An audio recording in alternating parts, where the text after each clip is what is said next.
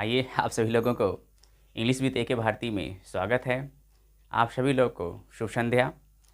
आशा करता हूँ कि आप सभी लोग हंसते और मुस्कुराते होंगे। देखिए माय डियर स्टूडेंट्स, आप सभी लोगों को यूपी बोर्ड का जो मैं अनसॉल्व पेपर को लेकर चल रहा हूँ, उस अनसॉल्व पेपर का सॉल्यूशंस आप लोग को बताया जा रहा है। क्वेश्चन 4 तक बताया गया था। क्वेश्चन 5 से आज मैं स्टार्ट करूंगा।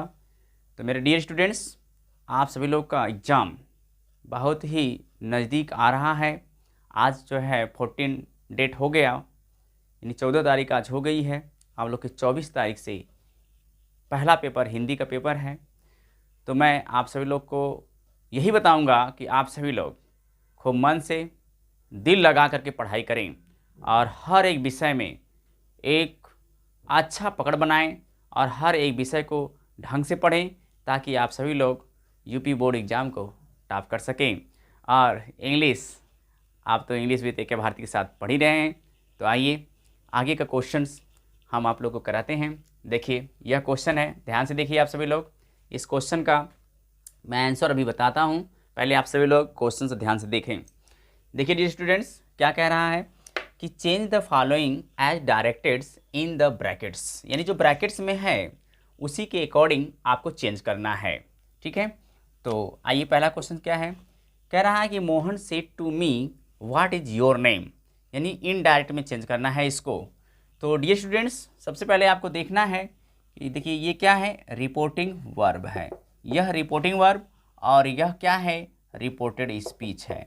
यह आपका रिपोर्टेड स्पीच है, यानी रिपोर्टेड स्पीच का सेंटेंस क्या दिया हुआ है, इसे सबसे पहले पकड़ेंगे। तो देखिए कह रहा है व्हाट इज योर नेम, यानी यह जो है क्वेश्चन कर रहा है, यानी इंट्रागेटिव सेंटेंस है। जब इंट्रागेटिव सेंटेंस रहेगा तब आप रिपोर्टिंग वर्ब सेड टू को आस्क्ड में या इंक्वायर्ड ऑफ में चेंज करते हैं।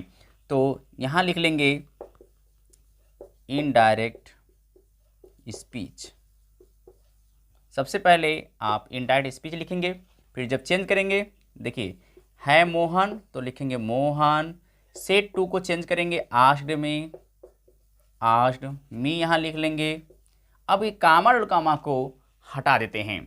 तो डियर स्टूडेंट्स, जब कामा और कामा को हटाते हैं, अगर ये हेल्पिंग वर्ड से शुरू होता तब आप इफ़ या वेदर लिखते, लेकिन यह क्वेश्चन वर्ड से शुरू है तो इसी क्वेश्चन वर्ड को आप लिखेंगे। यानी ये जो क्वेश्चन वर्ड है वाट, इसी को आप वाट लिख करके जोड़ते हैं, क्योंकि यह रिलेटिव का काम करता है। किस कंजक्शन का काम करेगा, रिलेटिव का काम करेगा, रिलेटिव प्रोनाउन का काम करता है। लिखेंगे वाट। देखिए अब इज है, यहाँ योर है, क्योंकि यह सेंटेंस जो है इनडायरेक्ट स्पीच में असर्टिव सेंटेंस बनता है। और देखिए ये योर नेम, यानी योर जो है पॉजिटिव एडजेक्टिव हो जाएगा, तो योर को चेंज करेंगे इसके ऑब्जेक्ट के अनुसार, रिपोर्टिंग वर्ब के ऑब्जेक्ट के अनुसार। तो यहाँ ऑब्जेक्ट क्या है, मी है, क्योंकि यहाँ ये योर क्या है, सब्जेक्ट है। तो मी का जो सब्जेक्ट बनेगा क्या बनेगा डियर स्टूडेंट्स, माई बनेगा। क्या बनेगा, माई। और नेम है तो यहाँ लिखेंगे नेम, माई नेम। इज के जगह क्या हो जाएगा, वाज, यानी इज चेंज होगा वाज में। इतना आप लोग ध्यान दें। दूसरा क्वेश्चन कर रहा है कि who loves you passive voice, यानी इसे पैसिव वॉइस में चेंज करना है, पैसिव वॉइस लिख लेंगे पैसिव वॉइस। आपको पता है 8 प्रकार के टेंस का एक्टिव पैसिव वॉइस में परिवर्तन होता है और बाकी 4 प्रकार के टेंस का एक्टिव पैसिव वॉइस में जैसे कि तैसे परिवर्तन होता है। तो ध्यान देना है आपको। सबसे पहले देखिए हु से प्रारंभ हुआ है, हु लव्स यू, यानी हु लव्स यू। तो यहाँ पर आप इसे कैसे आप पैसिव वॉइस का बनाएंगे। तो डियर स्टूडेंट्स, ध्यान देना है कि हु से क्वेश्चन प्रारंभ हुआ है, इसके बाद ये लव यानी वर्ब जो है प्रेजेंट इंडिफिनिट टेंस में है। कैसे, क्योंकि यहाँ यस आया हुआ है। तो अब हु से प्रारंभ हुआ तो हु को 2 तरीके से बदला जाता है। एक तो पहला तरीका है बाई होम, बाई होम से बदलिए, या तो हु को हु से ही बदलिए। ठीक है, तो आइए हम पहला तरीका बाई होम से बनाते हैं, बाई होम, बाई होम। इसके बाद ये ऑब्जेक्ट है, इस यू को सब्जेक्ट बनाएंगे तो क्या हो जाएगा, यू होगा। यहाँ पर देख रहे हैं आप प्रेजेंट इंडिफिनिट टेंस में है तो यू के अकॉर्डिंग से यहाँ क्या हो जाएगा, आर हो जाएगा। फिर यहाँ लिखेंगे यू, लव का थर्ड फॉर्म करेंगे तो क्या हो जाएगा डियर स्टूडेंट्स, लव्ड हो जाएगा, क्वेश्चन मार्क लगा देंगे। ठीक है, यह इस तरह से बनाते हैं इसको। और अगर दूसरा तरीका की बात हम करेंगे तो उसे कैसे बनाएंगे, देखिए आइए यहीं पर बना देते हैं। देखिए हूँ को, जो हूँ है उसे हूँ ही लिखते हैं, हूँ, ठीक। फिर इसके बाद आप देख रहे हैं क्या है, यू, चूंकि आपका ऑब्जेक्ट क्या है यू, यू को सब्जेक्ट बनाएंगे तो यू होगा, तो यू के अकॉर्डिंग यहाँ लिखेंगे तो क्या हो जाएगा, आर हो जाएगा। फिर इसके बाद यू लिखेंगे, फिर लव का थर्ड फॉर्म लव्ड हो जाएगा। इसके बाद यहाँ बाई लगाकर क्वेश्चन मार्क लगा लेंगे, ठीक है ना। आइए नंबर सी क्या कह रहा है कि Rahul said to me you are playing football, question में दिया है पंचुएट, क्या दिया है, पंचुएट, यानी ये पंचुएशन करना है। तो यहाँ लिख लेंगे पंक्चुएट, सबसे पहले पंक्चुएट, पंक्चुएट, ठीक। तो पंक्चुएट करेंगे तो इसे पकड़ेंगे भाई कहाँ, क्या नहीं, पंक्चुएट क्या है, विराम चिन्ह लगाना। तो विराम चिन्ह को लगाने के लिए देखिए कह रहा है कि Rahul said to me you are playing football, तो इसे देखने से पता चल जा रहा है कि ये डायरेक्ट स्पीच में है। तो डायरेक्ट स्पीच में तो चेंज करेंगे या इसको लिखेंगे कॉमा कॉमा लगाएंगे, राहुल, राहुल सेड तो सेड टू मी। अब देखिए यहाँ पर कामा लगा लेंगे और यहाँ डॉट कॉमा लगा लेंगे। देखिए जब कामा और डॉट कॉमा लगाते हैं तो ये सेंटेंस का जो सब्जेक्ट है यू, तो इसे आप कैपिटल लेटर लिखेंगे। फिर इसके बाद आर प्लेइंग फुटबॉल लिख करके फुल स्टॉप लिख करके डबल कमा बंद कर देंगे। इस तरह से आप लोग का एक नंबर मिल जाएगा। दूसरा डी क्या है, around the sun moves the earth, moves the earth moves reordering, reordering करना है। Around the sun moves the earth moves, moves moves दो बार दिया गया है, देखिए दो बार नहीं होना चाहिए था, एक गलती है, चलो मूव्स को एडिट करते हैं।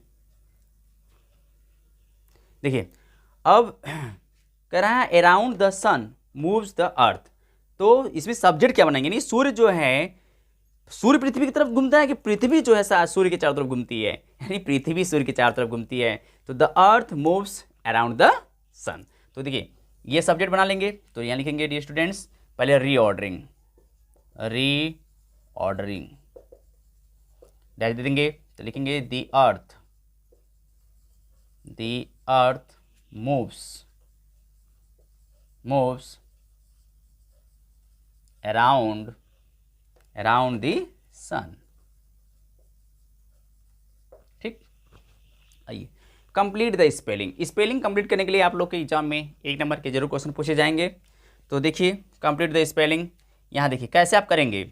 स्पेलिंग करेक्ट करने के लिए आप सभी लोग को सबसे पहले वर्ड मीनिंग जरूर स्ट्रांग होना चाहिए, वर्ड मीनिंग स्ट्रांग रहेगा आप स्पेलिंग कंप्लीट कर लेंगे।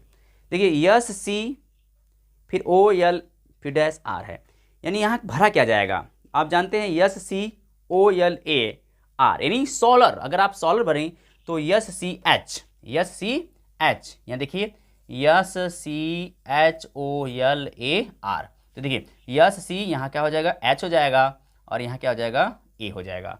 Yes C H O L A R, solar means क्या होता है स्टूडेंट्स, विद्वान होता है, क्या होता है, विद्वान, ठीक है। तो चलिए इतना आप सभी लोग नोट डाउन करें, इसके आगे चलते हैं। आइए आइए दोस्तों देखिए इसके आगे क्या है।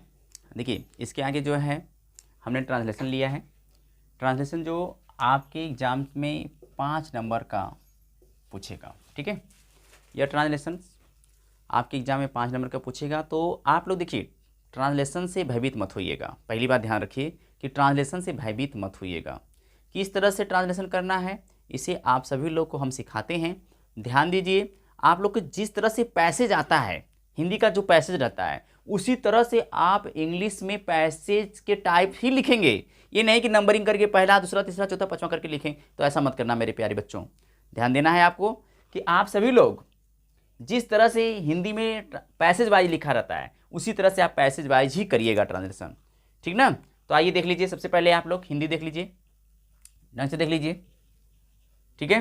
देखिए पढ़िए पहले एक बार कि एक राजा था, वह बहुत न्यायी था, उसकी प्रजा बहुत सुखी थी, वह सदैव गरीबों की रक्षा करता था, वह सदा सत्य बोलता था। देखिए मैंने इससे अपने से लिखा है, अभी इसे हमने लिख करके ही आपको बता रहे हैं। तो ध्यान दीजिए क्या है, एक राजा था, तो एक राजा था इसे ट्रांसलेट कैसे करेंगे। तो सबसे पहले देखिए कि यहाँ पर क्या आया, था आया है और यहाँ पे एक राजा, यानी यहाँ सब्जेक्ट जो है क्लियर नहीं है। तो जहाँ सब्जेक्ट क्लियर नहीं रहता है वहाँ हम देयर का प्रयोग करते हैं। यानी किसी भी जब बात का होना या न होना पाया जाए तो वहाँ देयर का प्रयोग होता है। तो डियर स्टूडेंट्स, सबसे पहले लिखेंगे देयर, देयर, फिर यहाँ था है तो यहाँ क्या हो जाएगा, वाज, क्योंकि एक ही राजा है तो there was a king, a king. Okay, कह रहा वह बहुत न्यायी था। कौन न्यायी था, राजा बहुत न्यायी था। तो वह की अंग्रेजी यहाँ क्या लिखेंगे, ही वाज वेरी क्या, न्यायी। न्यायी की अंग्रेजी क्या होता है, जस्टिक, क्या होता है, जस्टिक। ओके, कह रहा उसकी प्रजा, उसकी प्रजा यानी हिज, उसकी प्रजा, प्रजा की अंग्रेजी क्या होता है, ऑब्जेक्ट, हिज ऑब्जेक्ट यानी उसकी प्रजा, हिज ऑब्जेक्ट बहुत सुखी थी है, फिर आ गया तो वाज, यानी his object was very, very, सुखी का अंग्रेजी होता है प्लीसेंट, प्लीसेंट। देखिए ध्यान दीजिए, उसकी प्रजा, अगर उसकी प्रजा लोग रहता तब यहां पर आप ऑब्जेक्ट्स लिखते हैं और यहां प्लूरल हो जाता। क्योंकि यहां उसकी प्रजा सिंगुलर है तो हिज ऑब्जेक्ट वाज वेरी प्लीसेंट, वह सदैव गरीबों की रक्षा करता था। तो वह की अंग्रेजी लिखेंगे ही सदैव गरीबों की रक्षा करता था। देखिए रक्षा करना यहाँ ता था यानी पास्ट इंडिफिनिट टेंस है ये, ठीक है। तो रक्षा करना यानी प्रोटेक्ट, यानी प्रोटेक्टेड।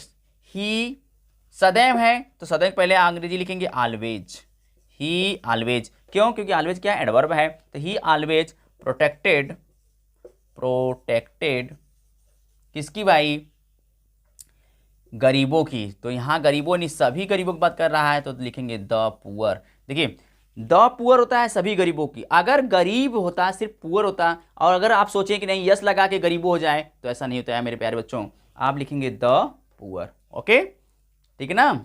हाँ, इन बातों को ध्यान रखा करें। तो द पुअर हो जाएगा, यस नहीं लगेगा यहाँ पर, यहाँ फुल स्टॉप लिखेंगे। फिर कहना वह सदा सत्य बोलता था, यानी वह सदा सत्य बोलता था। कौन सदा सत्य, तो वह कहीं लिखेंगे भाई, क्या हो जाएगा, ही हो जाएगा। ठीक, सदा सत्य बोलता था तो ही ऑलवेज, ऑलवेज बोलना का अंग्रेजी स्पीक। देखिए था आ गया, ता था तो स्पीक, स्पोक, स्पोकन हो जाएगा। यहां लिख लेंगे स्पोक, स्पोक क्या, सत्य, ट्रुथ।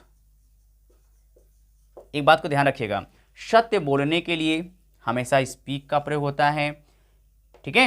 और अगर झूठ बोलने की बात रहता तो वहाँ क्या लगाते हैं, टेल लगाते हैं, ठीक है ना। ये वर्ब का सेकंड फॉर्म है, ये फर्स्ट फॉर्म है। स्पीक, स्पोक, स्पोकन होता है, इन बात ध्यान रखिए। देखिए तो इस तरह से आप ट्रांसलेट करेंगे, ठीक है। आइए, तो आइए दोस्तों, आप लोगों ने देखिए ट्रांसलेशन सीखा और इसके बाद आप लोग को जो है पढ़ाया जाएगा, अब अगली वीडियो में आप लोग को बताया जाएगा। तो ध्यान दीजिए, आज के लिए हम यहीं विराम करते हैं और आप सभी लोग मेहनत से पढ़िए, मन लगाकर पढ़िए, क्योंकि हाई स्कूल का एग्ज़ाम बार बार देने के लिए नहीं आता है।